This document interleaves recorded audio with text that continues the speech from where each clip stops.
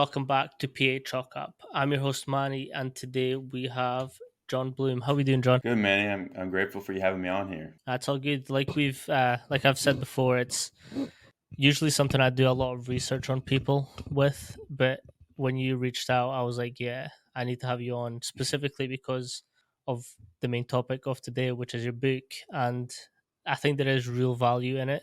But before we get into all of that, if you just give us a little introduction on who you are, what you do, and how you got to where you are. Yeah.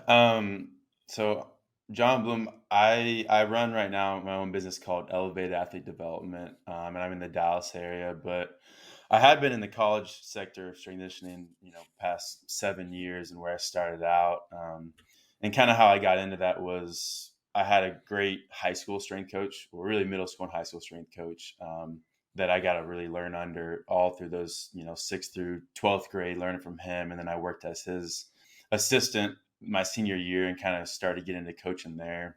But then I went to Abilene Christian to go play football in college and played a year there. And then after the spring of that year, I decided I didn't want to play football anymore. And that was when I knew, okay, I do want to go be a strength coach and start doing this. So when I came back to ACU my second year, I started working with one of the strength coaches that had coached me in football, Brandon Decker, and he was my first mentor there in college. And worked with him with men's basketball and volleyball all year. And from that experience, I went home to Dallas during that summer and was able to train some of my high school's teams all on my own, and also train a group of college players there all on my own, and get that experience of having to program and not have anybody there and kind of make all the decisions. And that helped me a ton. And when I went back to ACU, because I had that experience of running those teams and those players and those programs, I then got the opportunity to start running like the football red shirts and programming for them at ACU, and then taking over some other teams and started taking over more and more teams at ACU while I was still in my undergrad, which was a really cool experience that I had the opportunity to actually do that. And then, then I worked there at ACU for another year and a half after I graduated. And then I went up to Weber State with men's and women's basketball there. And then from there, I went with Darby Rich, another one of my mentors, and at Texas Tech, who's one of the best, and worked with men's basketball at Texas Tech with him. From there, I went to Oral Roberts and was the director and worked with men's basketball. And then that's when this past May I decided that it was time to get out of the college sector and kind of go and start my own business. And that's how we're here today. Perfect. What was the decision from going from the collegiate setting to owning your own business? As a strength coach and a business owner, my time is quite limited. My favorite part about being a coach is the fact that I get to interact with athletes and be with athletes and really coach them. That's why I use TeamBuildr. I remember the days of searching for exercises, manually typing them in, and spending hours on spreadsheets and organizing my programs. This tends to be quite tedious and a lot of time consuming, which meant that I wasn't able to coach as much. So now for my business, TeamBuildr is a non-negotiable. It's an all-in-one programming platform that lets you create and deliver workouts to your athletes just in a few clicks. With TeamBuildr, I can customize programs, track athletes' progress in real time, and generate performance reports. My athletes get full ownership of their progress and can even share feedback on how they felt the session's going. Having this in place actually gives me more time to coach and be with my athletes. If you're ready to take your next step in your programming, give more time to your athletes, head over to teambuildr.com and use promo code PACHALKUP, that's PACHALQUP, and start your 30-day free trial. Yeah, I mean, there's a lot of things that go into that, but I would say, one of the big drivers was going through. So right before, this last year, I got married, and kind of going through our first year of marriage together, and just through that thinking about, what we wanted for our future as a family, especially once we started having kids and stuff, and kind of how that lines up with what working in college athletics looks like. And basically, like, we wanted more autonomy in the career and life, in terms of who I work with, when I work with them, how that's how that's happening. Um, in the college sector, also, you got travel, but it's also like, can we do these things or plan these things on a schedule? And I'm like, my wife would ask me things like, no, like I'll let you know the night before because we might have a recruit, we might have whatever. I really, really can't tell you anything past 24 hours, if that. Um, so having that autonomy was a big part, and then I think part of it also just the way college athletics is going a little bit with the portal and NIL, and things kind of just getting a little more transactional, and just Mm, changing a little bit, and also just the you know I guess having less long term relation or less time with athletes, because a lot of times, especially in basketball, like you're getting a lot of these kids for like 9 months and then you get a whole new team, so you don't kind of have that more long term relationship and long term development aspect. So all of that kind of combined, and also just like really reflecting on my values, and does working in college align with like who I fully want to be as a coach and person, and kind of with mm. just all that stuff combined, made the decision that it would be a better setting to set all that up, and for our family, and be who I want to be as a coach and person while starting my own thing instead. Yeah, I think that's becoming like more of a path that coaches are looking into, is that autonomy of your own schedule and Yeah. really being able to not, especially if you've got a family, it's a little bit different than when you're single and you can just take off on 24 hours notice and you're fine. There's Yeah. no one really to report to. Um, in terms of the book, how long and what was that process like from transitioning into that college where you you have all these people around you and you can reach out to coaches and whatnot, and then sort of going back into that, okay, let me just try and figure out this book and the timings and everything else that goes into publishing a book. Yeah, so I started the book when I was still at Oral Roberts. It was, coming up on a year and a half ago. It was last September. Um, so, and when I started it, like I didn't know I was going to go start a business. I was still fully at ORU. That decision didn't come till months later. Um, you know, more than half a year later, really. And so, I'd gotten pretty far while I was at ORU with it, and really, once I transitioned in the spring and summer to start my own business, kind of had to wrap up collecting some responsive and stuff, but really a lot of it had been collected at that point, I think, and more so putting it all together, and figuring out kind of all the other stuff that I had no idea how to do before, of writing a book, and learning how to format it, and publish it on Amazon, and just all the stuff that goes into that, and making it you know a quality thing, instead of kind of something just thrown together. What was the reasoning behind you wanting to put this book out there? You know, it really just started with an idea where I got the idea from Tim Ferriss's book Tribe of Mentors, where he had a similar concept where he had these 11 questions he was trying to figure out, and he sent them to like the best in the world of all different professions, and then got their answers back, and put the book together from those answers. And I'd read that book before, and then I was, last September, I mentioned when I had the idea of first starting it, I was reading through his introduction of him explaining that process of him starting the book. And that idea kind of popped into my head of doing this for strength and conditioning. And I was like, no, it should be for all types of coaches and all types of coaching perspectives. Um, so that's when I really had that idea, and it really wasn't. I don't even know if it was to make a book like this, though. It was more so like put together a PDF or something like that, and Mm, kind of like a cool idea. But as I got more into it, it's like, wow, this could be really impactful. I mean, I was getting impacted all the time by responses I started to get from coaches. So that was when I was like, I want to make this like actual real thing, because like this is like what I would have wanted when I was first starting coaching, and that's kind of yeah. become part of like my mindset with this, like I want to make the book like that I would have loved to have getting into coach, and it's not just for new coaches, for like coaches of all points of their career, but especially like getting to hear from all these coaches of like, because it's one thing I always ask myself is like when I see like a top coach, like how did they get to where they're at, like how did they become the coach they are, like skill wise, but also like how did they rise up to their position.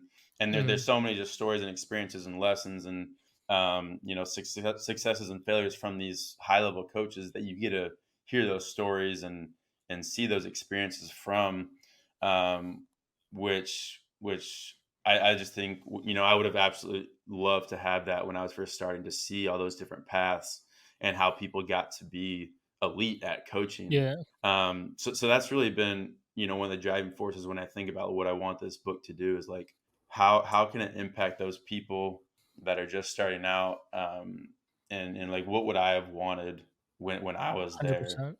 Yeah, this is kind of like why I started this podcast. It's that we're obviously aware that there's some bigger podcasts in this industry about getting into the finite detail of each other's programs and whatnot. But I Yeah. want to know, like, what experiences did you have? Like, how did you come up with your Hmm. concept? How did you come up through the industry? And this sort of gives like a more perspective insight into the coach and how they go through their program. And it's Yeah. exactly what you're saying. Like when I was a young strength coach, I wish I had something like this where I could just put on and listen to a career from start to finish and Hmm. figure out again one of the most one of the most popular answers that I get from coaches is like choose your mentors. Like Hmm. make sure that you align with the mentor and the mentor that you have aligns with the mission that you want to achieve at the end of your career. Like Yep. make sure they all flows together. Yeah. In terms of you saying that you were getting impacted all the time through the responses coming in, what was the most impactful to you and why? Oh man, that's hard because I don't know. There's so much stuff in there. There's a lot. It's a big book. It's a big book. Um, but it might.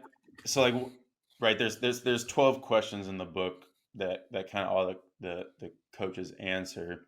And so like one thing I did is like create themes that popped up for each question, and I would say if I was kind of maybe pick like one area, or like one question in the themes that popped up there, I'll probably say the question of how do you overcome times of like struggle, overwhelm, and burnout. Mm, I think that was probably the most impactful, like overall of answers coming in for that question.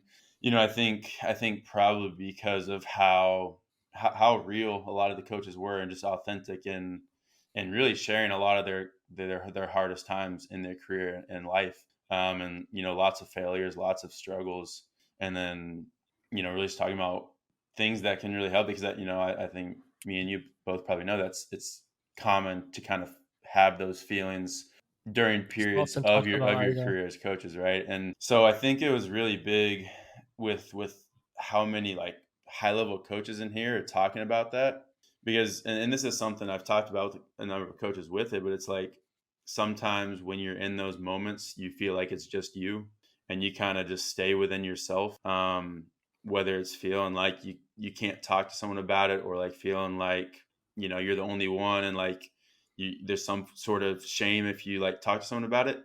But I've talked with a lot of coaches, like it's really cool how many people are talking about this, because then it just shows us, like, especially if we're talking about the younger coaches, like, hey, like even these people that are like who you want to be like later in your career, like at the highest level, like they went through this too, and they had these struggles too. So like you don't have to hide that or just internalize it.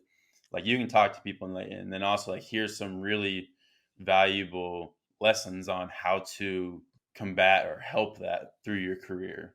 100%. And that was actually one of the questions that I was going to bring up. And Mm. I mean, I'm very open and honest with everyone and everything that I do. And I've been recently feeling burnout, and I mentioned it to you when we were sort of Yeah. going back and forward. And it's that thing where it's not something that's often talked about in this industry. It's like the amount of pressure and time commitment you are to just focus on everything.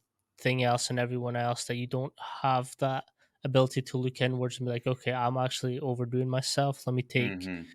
some measures to avoid that burnout.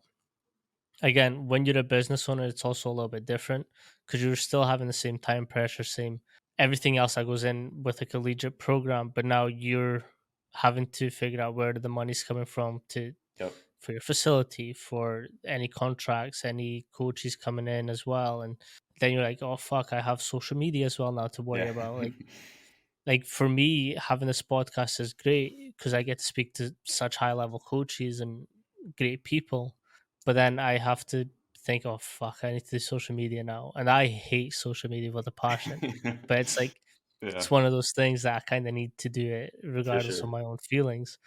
I Um, feel you there. it's that open and honesty conversation as well. And I've spoke to a lot of coaches. Um, I'm going to ask you a question, and I didn't notice it until I was in it. Mhm. And when you see a head strength and conditioning coach or a head coach coming into the weight room, there's always that like silence and respect that follows them, right? But have you ever noticed that no one actually asks them how they are and how they slept and how they feel that day? Yeah. So I mean, when I yeah, for was sure. with Coach Ron McKeefrey, I made sure that like at some point during the day I was like, "Hey coach, how are you doing? Like, how are you doing?" And he would always put a hand on my shoulders, like, "I'm good, buddy. I'm good." But it's like it's that thing of we can also make sure that we're looking after each other just by asking simple questions to to at least let them know that we are there somehow. Mhm. Yeah, and, that makes me think of Darby Rich that I mentioned before, and his answer to this book, he talks about, in the beginning of his answer, he's like, we're paid to be the Superman and Wonder Woman of the program and to always show up, with the same demeanor and enthusiastic and energy and life giving and all that type of stuff. Right. And that's kind of like part of our responsibility. So it's like, there's kind of that dichotomy of like showing showing vulnerability and having that and like you're saying, like, people checking on, like it's like we're always supposed to be good, right? That's what we're supposed to show our athletes is like we're always good. We always have a good mindset, a good attitude, all that stuff. But sometimes that kind of creates like a double persona where really on the inside that's not how it is. You might be on like Mhm. 4 hours of sleep and completely Caffeinated as hell. yeah, making it up. So I think it's important to understand, like, yeah, that is our role, but I think there is a lot of strength in showing that you're not always good. Mm, And I think when you do that with you might feel with your athletes that creates, I don't know, like a weakness or like makes them see you differently. But I really think that creates stronger relationships and stronger impact down the line by showing that. Um, right? Because I mean that I think that's becoming more and more with athletes with talking about mental health and all that and having those conversations with our athletes. And I think if you as the coach have those conversations and be real about yourself too, I think that opens up your own athletes to being real with those conversations too. Um, actually, just I think it was like 2 days ago, I saw this clip of Deion Sanders talking on a mhm, podcast, and he was talking. I think the question was like if he's ever struggled with mental health, and he's like, yeah, like he talked about this. The story got me, man. But he talked about when he was playing professional baseball when he was like late 20s, about how he drove his car off the side to try and kill himself, really, and he survived and kind of some people stepped in and really changed it. But he talked about it's like like I'm like people see me and they see Prime, like Prime's good, like they don't need to check on him, like he's the guy, like they don't mhm. need to check on the guy. um so people didn't see that, but I think that that goes for both coaches and athletes of like Yeah. one quote from Rod Olson in the book was like you can't assume resilience. And he was talking he does a lot of work with like Navy SEALs and stuff, and he's talking about military and even these Navy SEALs who are like the toughest soldiers, some of the toughest soldiers in the world. A lot of them are killing themselves. and that was one of the lessons from talking to this Navy SEAL about that. He's like, no matter who you're talking about, you can't assume resilience. Everybody Mm. has a breaking point in some way. Yeah, I've actually recently heard an interview with The Rock, and the Hmm. interviewer was like, "You're always working, like you're always doing something work related, or like whether it's media, whether it's films, whatever else. But like, when do you have time to have fun?" And like, this sparked The Rock really like having to think about that question. And then the next couple of interviews after this guy, he was like, "This is one of the toughest questions I've ever been asked." Because like, yes, I'm always working. Like, what A is fun for me? Yeah. B, like, when do I do it? And then how often do I do it? And it's that thing where, as coaches, we're so focused on perfection and perfecting what the program is or it could look like or be, but we don't actually are we're not able to switch off all the time when we can Yeah. just like completely shut off and be like, okay, this is me time, this is fun time. Like, what do I do now? Yeah, and I think, like you talked about before with business where, you gotta do, you gotta get paid, you gotta do social media, all that stuff. And right, like was like part of the reason for doing the business is to have the autonomy.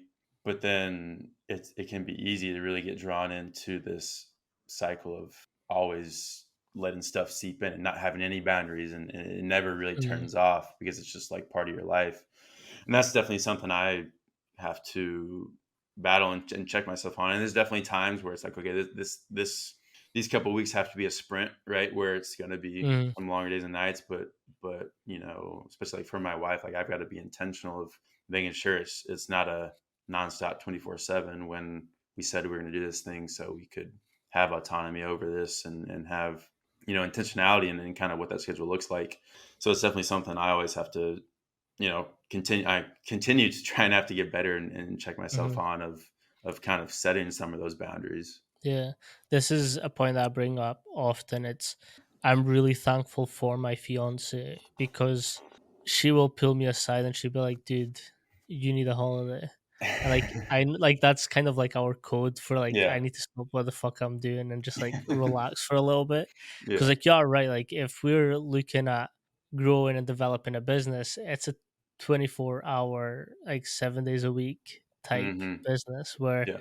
every resting minute your brain's like, okay, I need to do this tomorrow, and then I need to do this, then I need to reach out to this guy, I need to speak to whoever, and then you're just like, it just consumes more and more time.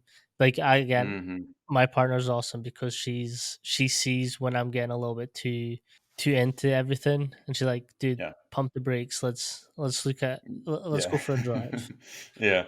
um you also have a question in the book that personally I really connected with, and Hmm. it's what goes into you staying or leaving. And then the other one is, what are the first steps you take when you come into a new role? And I'll Yeah. kind of break down as to why that's important to me. Hmm. So the first one is first steps you take when you go into a role. And again, those who haven't worked with teams or collegiate settings, like, you're not the main person by any means. Like, the head coach has the first and last say. So if you're coming into like an Olympic program, there's probably multiple coaches that you're going to have to deal with and speak with. Now you can only do so much depending on how much the head coach wants you involved with his athletes. So for me, my first step is always to have a conversation and let the coach know that they do have the last say, they have the first say. My goal is to create better athletes with longevity and all those buzzwords that we hear. But it's kind of like that give and take relationship. Yeah. I want to do this. Like, what do you need from me? What was your thought process behind that question, including it, and what were some of the responses that you personally resonated with? Yeah, I mean, I don't know. I mean, I tried to, like, with these questions, like, really put questions that I wanted to know answers to, and I think, that's something where, I've had, a lot of us coaches have frequent job change, especially early on, right? Pretty quick turnover, and I've had that.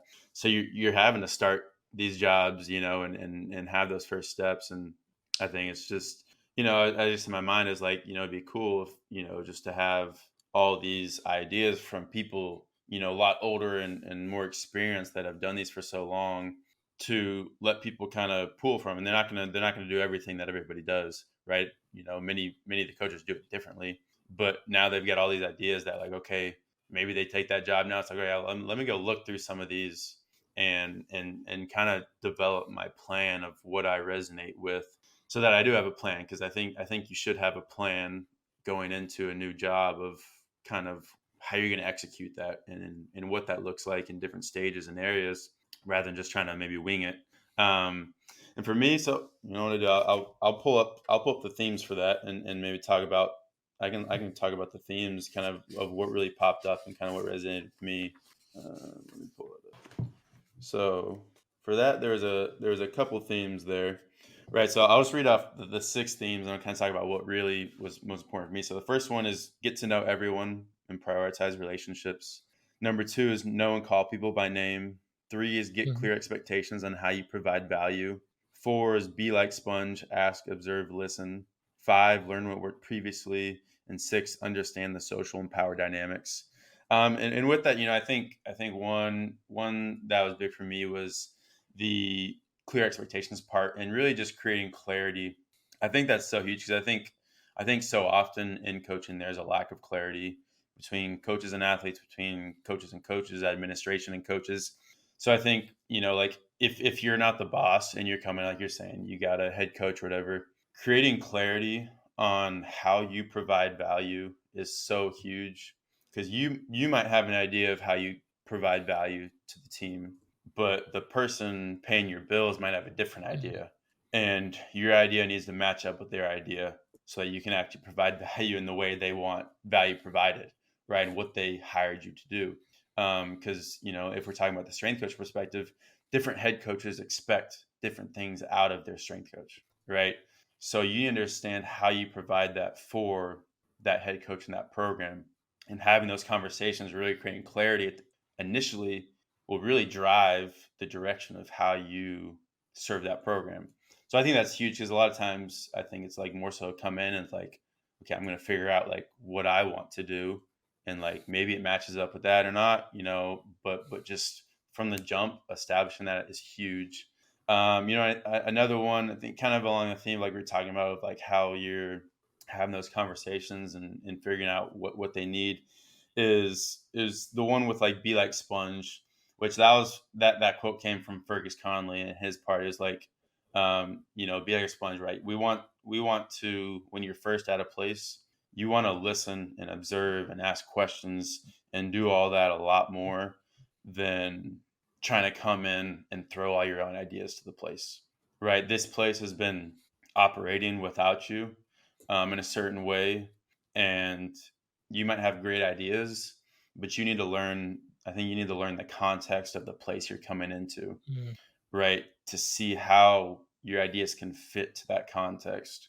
And you need to understand why things have been running that they've been running, because you might have some great idea, but you might not understand why it's not being done that way.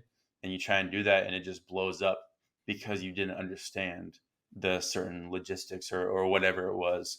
Um, so, one really good thing, like Charlie Mellon, Baylor men's basketball strength coach, talked about, he learned from another coach at Florida State, where that coach at Florida State came in with the women's basketball staff, and you know the head coach wasn't ready for all this change that he wanted to bring. So he just made small little changes, and then continued to build trust, right, with the head coach. And just, as it went on, continued to make small changes.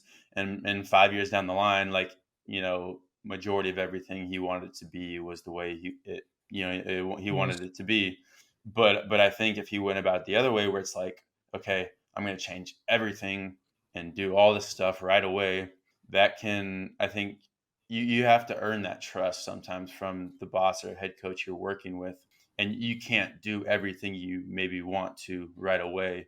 Um, so I think that's a really huge part of really learning the environment and gaining that trust, before you make these dramatic changes.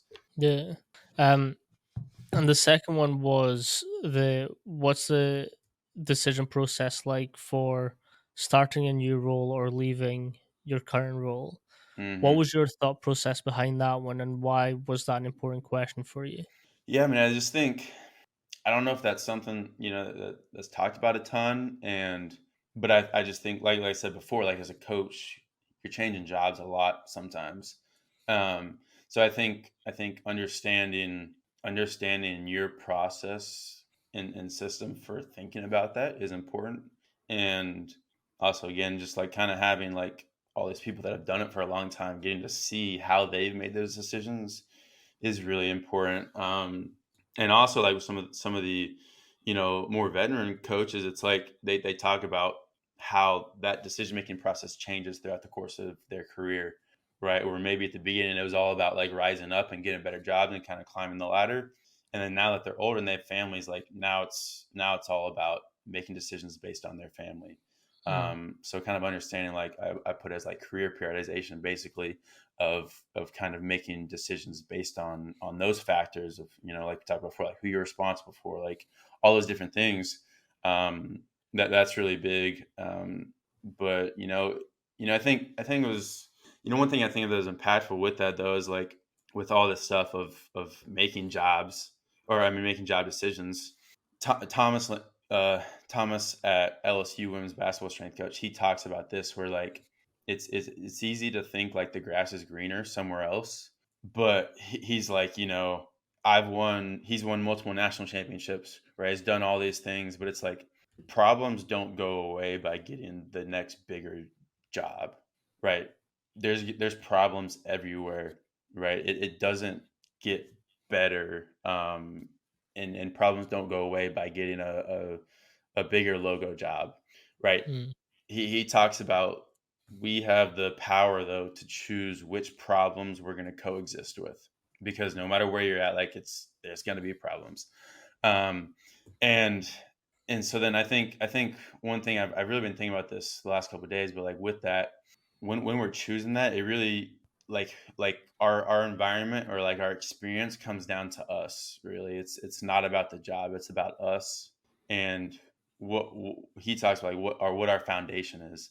So the way we perceive things, like the way we perceive problems, the way we're rooted in our foundation and our values, like that's going to determine our experience way more than what the job is, or all those different things. Obviously there's better jobs, worse jobs, better situations and whatnot, but so much of it comes down to how we view it and how we approach it. I think so really deciding like how, mm, like what your foundation is and what you're rooted in, I think is huge in knowing that jumping to another job isn't going to fix problems with who you are, or how you're approaching life and your career, right? If you're miserable, with and not enjoying your job, like, and you go to another strength job somewhere else, like it's probably going to be the same way unless you kind of change with internally some stuff, and mhm. work on yourself some. Yeah, what would be your advice for those strength coaches that are in a position of a head S&C coach, but the head coach is constantly demanding more load, and you're kind of that crossroads where it's too much for the athletes to handle. So yes, there's injuries coming, and what would be your advice for them if they want to like leave that place or just maneuver how that would then progress from there? Yeah, I mean, I don't know that I would. I mean, maybe you can look for other jobs, but I don't know that I would leave because of that. If that's why you're leaving, like I feel like that's something you've got to learn to handle and improve, right? I think in that situation, again, like if you run from that, you might just go to another job and it might be the same thing. Like you want to create the skill set to be able to improve that situation, I think. um, and obviously there's a lot of ways and context of what that relationship is and how it's going. But I mean, first of all, you gotta create a relationship with that head coach where they trust you and value. And I think part of that is like we talked about before, like kind of like I talked before with like you can't come make all this drastic change right away. Like I think with those conversations with the head coach, you can't just go in there saying like you're wrong, like this is terrible, like we have to change everything because they're never going to listen to that, right? It's again, it's about making like small changes and small influences and letting that build up, right? So like creating that relationship with the head coach and creating those small changes and choosing which battles you want to pick, like which Hmm. things are Yep. going to create the biggest return on investment for you if you get this changed, right? You don't want to battle with that head coach about whatever decision that really doesn't matter or matters really small. But if there is a decision that okay, I really feel like this is really putting the team at harm, okay, maybe that's the one you want to have a real conversation about. But I think you can never approach it from a demanding perspective, but like, hey, coach, like, come from the relationship. Like, this is what I'm seeing, maybe from the data or from the conversations with the athletes or from watching whatever it is. Um, and this is what I would recommend. But again, like they make the decision. So you can't, I don't think you can demand it because I think that's always going to make them run the other way. You've got to create influence with the trust you've built in that relationship, in the value provided, and then just let it continue to build and build and build in your influence where you get to a point where they fully trust your decision making and they're like, you tell them, hey, like, coach, this is too much. Like, okay, like, what do I need to do? And then you can get to that point, but you never get to that point if you try and get there too fast. The reason I ask is I know with some coaches, they always want to do the more aerobic more often. And some will demand the coaches to do it.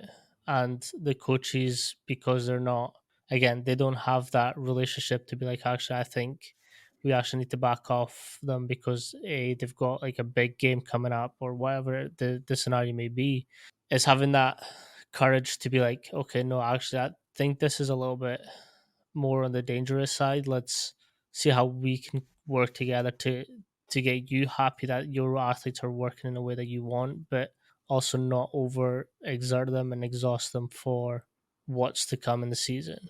Yeah, and I think like we're talking there, like you got to create connections too in terms of connecting the dots. Like, okay, we're talking about games, and maybe they had this weekly practice layout that killed the athletes. They're exhausted and they performed really bad in the game.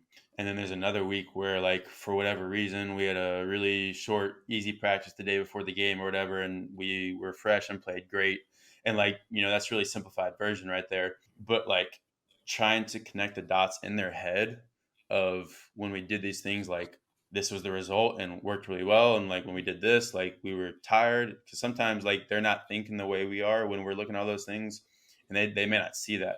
So trying to find those the ways you can connect what we did with what happened, and then I think obviously using data too, even if you don't have like different levels of technology, even if it's like in basketball, like, I mean, you could even just track like how long you practice each day, and what was our shooting percentage, or Hmm. whatever in the game, and different stuff like that, and things that factors that matter to those head coaches, and just help them see that more in a more real way, instead of just saying like too much or too little, or Hmm. whatever it is. What was your personal favorite, like, funny response to a question? Ooh, huh.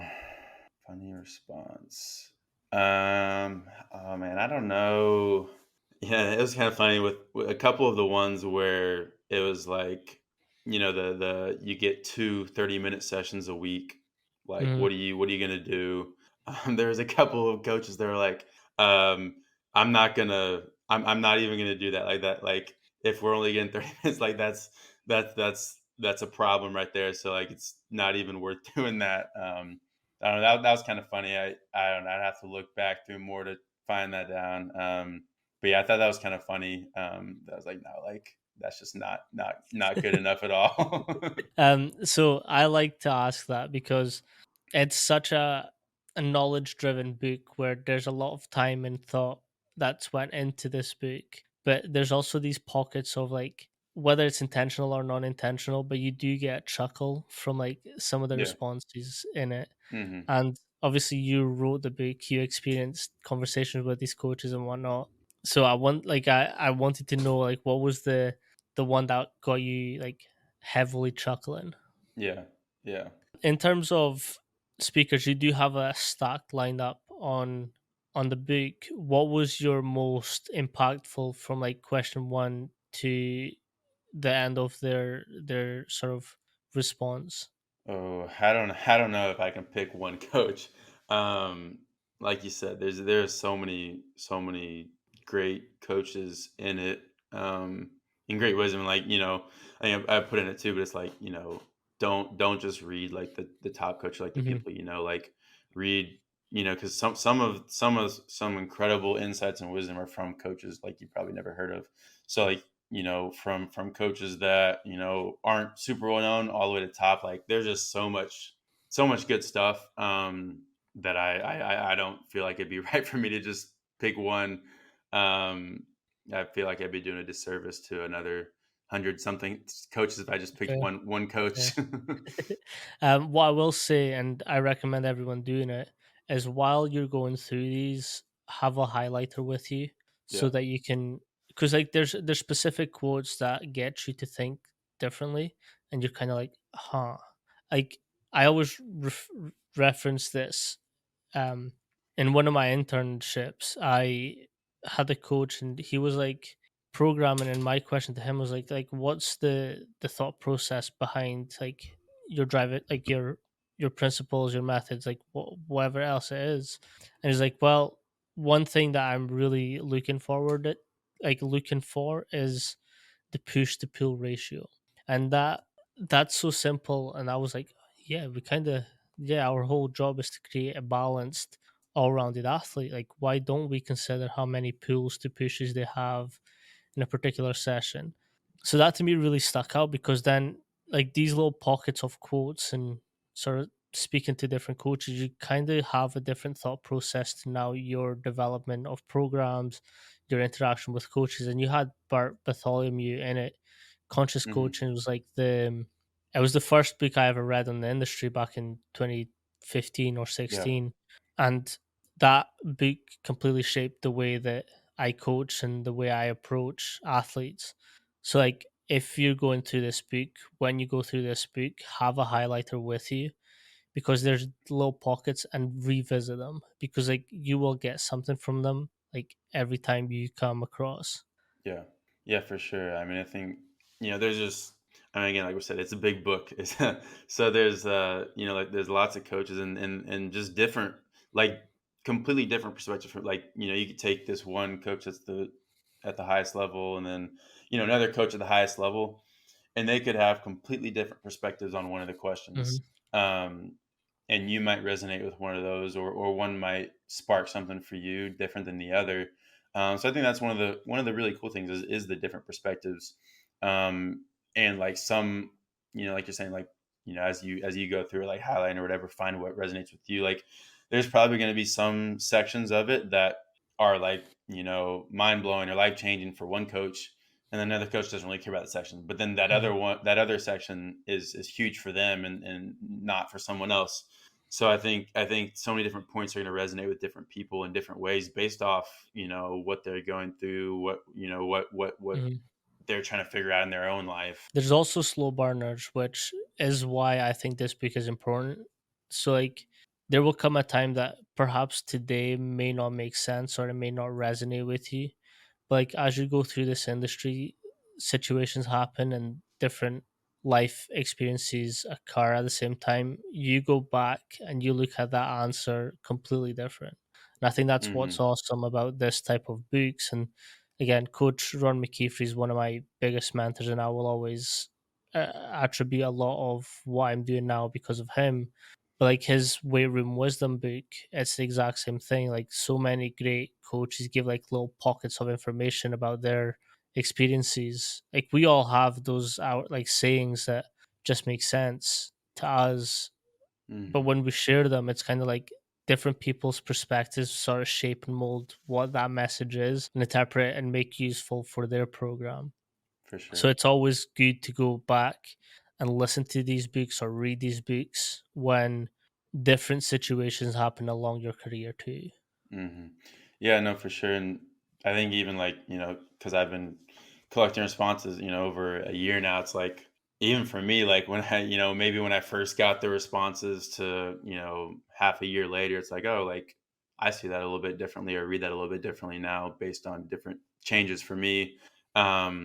And I also think, like, your different points of your career probably be interested in different coaches in the book, like, Mhm. like, as we're talking about, like, young coaches reading it, for like a young strength coach, like when I was first starting, I probably would have just gone straight to all the strength coaches in the book.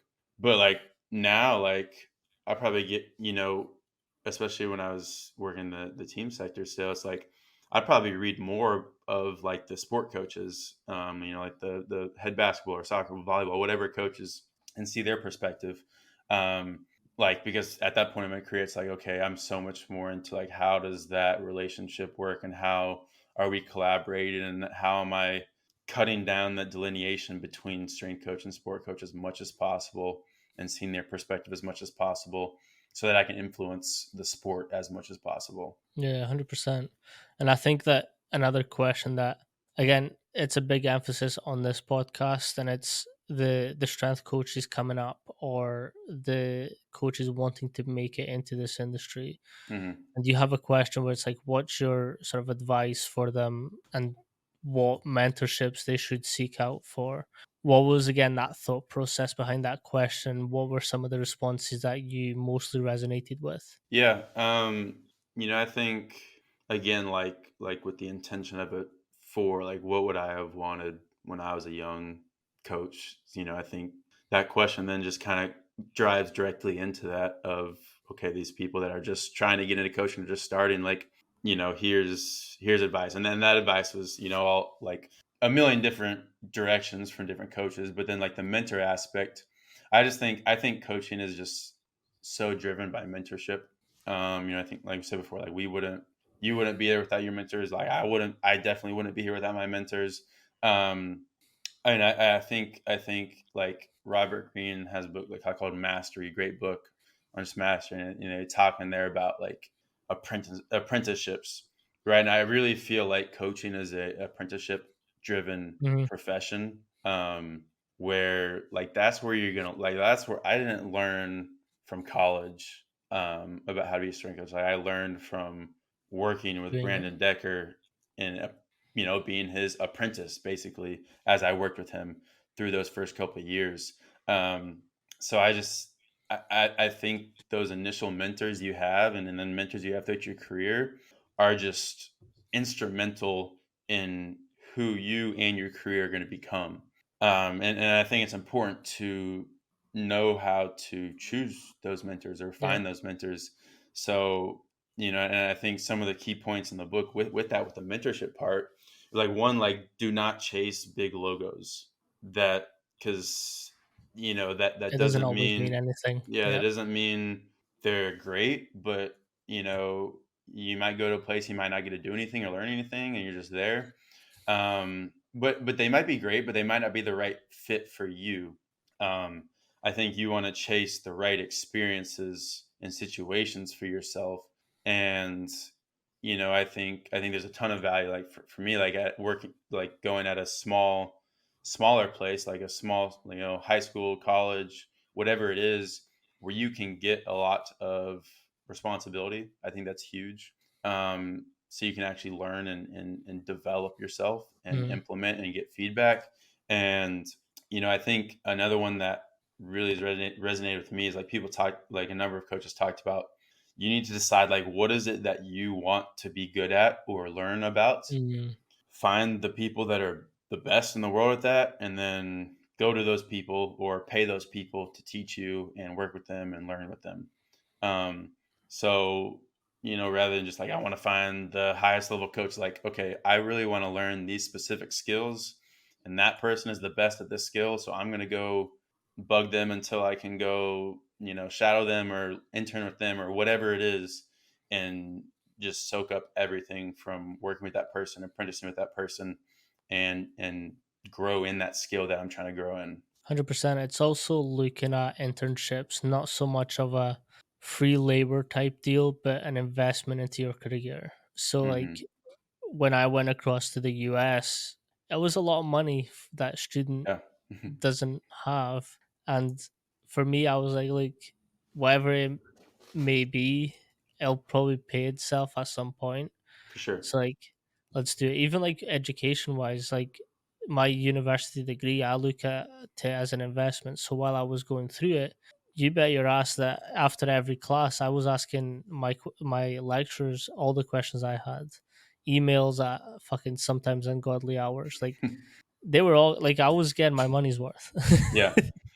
Yeah, and I think that's a really good point because you have to look at like how are experiences or jobs setting you up Hmm. 5+ years down the line. Like especially early on, you can't look at it of like just based on pay or what the job is or whatever. Like oh no, like I'm gonna take this slightly higher paying job because it's slightly higher paying, but this other one would actually be such a better experience for your growth. You got to chase experience and development. Like over money or any of that thing early on because exponentially that will lead to such bigger returns down the Hmm. line. um like for me, like one job, like when I was at that Weber State job, incredible basketball job, super great history, like Damian Lillard, all these pros and stuff, been from there, awesome coaching staff, really successful team. Didn't pay super great though, but is like, okay, like I can come there, do a great job, be with a great program, have a great experience. And then it's just going to lead to way better jobs rather than maybe taking a higher paying job that wasn't as good and not going to set me up as great. And then like the next year, okay, now I'm going to Texas Tech for double the money of Weber State. So I think like you have to find what is going to help you become the Hmm. best coach instead of get paid a little bit more because you're not going to get paid that much anyway at the beginning, so you might as well get the better experience. 100%. I agree. And like, I've been in a position where, because of me being in the UK, sometimes the US experience doesn't mean all that much to people across here. So, like, when I Yeah. came back, people are like, oh, I want you to work for free. I was like, well, it's also knowing when to Yeah. not do it. Yeah. um, so, on that, what would be your advice to young strength coaches or coaches wanting to come into this industry? I mean, I think the biggest thing is to find that great mentor, that first great experience, and then just fully dive into that. Where kind of like the question of like the first steps for the job, where it's like be like a sponge, observe, ask, listen. That's Hmm. that's what you should be like. You should be fully intentional in trying to learn as much as possible and ask as many. Become a great question asker, right? That's huge Hmm. for all aspects of your career. But one story like Bill Brogdon, he's this incredible Hall of Fame golf coach, and he talked about he did this GA at Duke basketball like way back, and is a way back, and there's these Hall of Fame coaches now, and like QB Brown, and then some other coaches that are like legends of basketball coaching now, but they were assistants and stuff there. But he talked about he would take notes during the practices like every day for like a year and a half, and he had a whole suitcase full of notes, from things of like what they did say, what they didn't say, like all those aspects. Like be really intentional in Hmm. observing and finding and during that start to articulate to yourself like who you want to be a coach based on what you're observing, and take the great things from those mentors.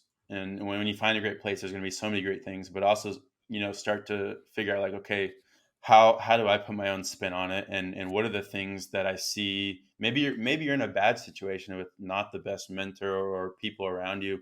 Okay, like what am I taking from that I don't want to be as a Hmm. coach, and Yep. and really really solidifying like who you want to be.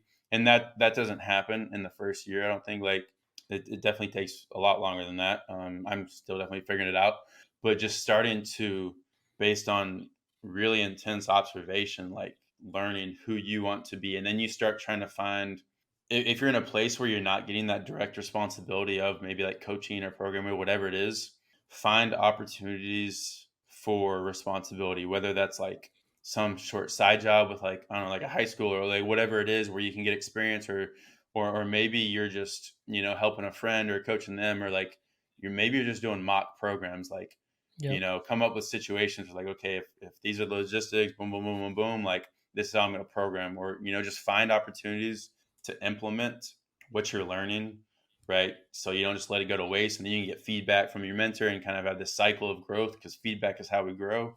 Um, and that was honestly the biggest thing for me was when right I worked for Brandon Decker that first my sophomore year at ACU, and then I went home and I got to be fully in charge of those high school teams, and then Mm. that I had a group of college players for like 15 straight weeks, just by myself fully programming, make learning to make adjustments, all that stuff.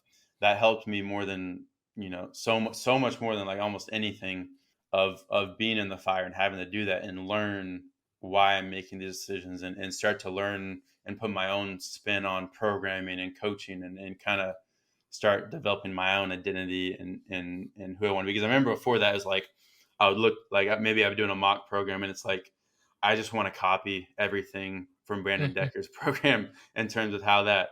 But then once I started doing my own, now it's like, okay, now I'm starting to learn principles for myself of how I want to program and why I'm making these different decisions. And then it became so much easier from there. So I think that process of taking and observing, like super intentionally asking great questions, but then finding opportunities to put it into action, get feedback, refine it, do it again, get feedback, refine it, and just that constant process is huge. Yeah. Perfect. If you can let everyone know where they can find the book and you as well. Yeah. So it should, I think by the time this comes out, it will be out on Amazon. So able to get it on Amazon and Strength in Numbers. And then you can find information on it on my website there at johnbloomcoaching.com. Kind of talk about, what's in it, who's in it, just different aspects of the book there if you want more information. I've also been putting out a lot of stuff on social media, really Instagram at johnbloom30 with different quotes and insights from the coaches from their sections. And with that, I'll have different bonuses too during this first week that the book's out. So if you do get the book in the first week, you'll get access to over 15 bonus Zooms where I did Zooms with coaches in the book, just diving deeper into their answers. And then I've also got a PDF with basically how it strengthen numbers, the bonus chapters. So there's like 5 other coaches that weren't in the original book for different reasons, but they've got their own chapters now that you can get access to. So of both those things, if you get the book in the first week, there's some really cool bonuses there. Perfect. I really appreciate you for reaching out and coming on. Um, I think that this book is great for that thing that I said, where it's a book that you can always reflect back on and go back and pick out different things that might apply to you now that perhaps didn't. So I've definitely enjoyed reading some of the chapters on it, and I'm a maniac. I know you kind of suggested that I jump around, but I have to follow a book the way it's Yeah, it's done. yeah. But I've personally read some of the chapters already, and I'm there's a lot of value in it too. So I really appreciate you for putting that together too. No, I appreciate that and grateful for your support. Yeah, I mean, it's again, it's a big book, so you definitely like man, you don't have to be like Manny and read it front to back. Definitely you can definitely jump around to different coaches you want to be. And then that's the one thing I like too is like you don't have to feel like you have to like have one long continuous read of it. Like I feel like it's a book you can, okay, I want to just go read a little bit. I've got a little bit of time. I'm going to pick it up and read this coach or two's chapters, and then maybe another day do the same. Like it doesn't have to be this long, Mhm. continuous kind of read. You can kind of find wisdom at various points whenever you need it. To piggyback off that, I also recommend you stew on some of the answers. Just like read a question, read the answer, and then sit on it and think about it. Because like sometimes I've caught myself just like putting the book down after a question. I'm just like, right, what ways can that be interpreted as well? Like, Yeah. 'cause, like again, books are great because you can interpret and put your own twist on it, but also think about the reasons as to why that program worked for that coach, or that why that answer came about as well. And I think Yeah. that's always a good thing to think about. And like we always talk about, the principles and methodologies that we use in our programs are great for that coach because that's who invented it for his athletes. Like our program might not need a straight like triphasic face. It might not like Hmm. pure French contrast. Like we dip and dab into all of these little pockets of information to create our own way. And I think this is what this book is as well, as like try and think of the situations that that coach was in, how you would have handled it, and why they came to that conclusion too. For sure. Yeah, I mean, it's kind of like we were just talking about with, your mentors of taking, being super intentional, observing and stuff, taking what you want, what you don't want, and applying it to your situation. I think it's the same thing with the book. Like, you know, be really intent on learning and reading and thinking about it, and then, like you're saying, think about how does this, what can I take to fit to my situation, or how can I tweak it, or whatever it is, how do I apply it into your own life? Because I think that's what it comes down to. Like, you don't want to just read it to read it. Like, let it impact, Mm, think about it and let it impact what you're doing, and how you're doing life. yeah, I agree. Really appreciate you for coming on, John. Peace.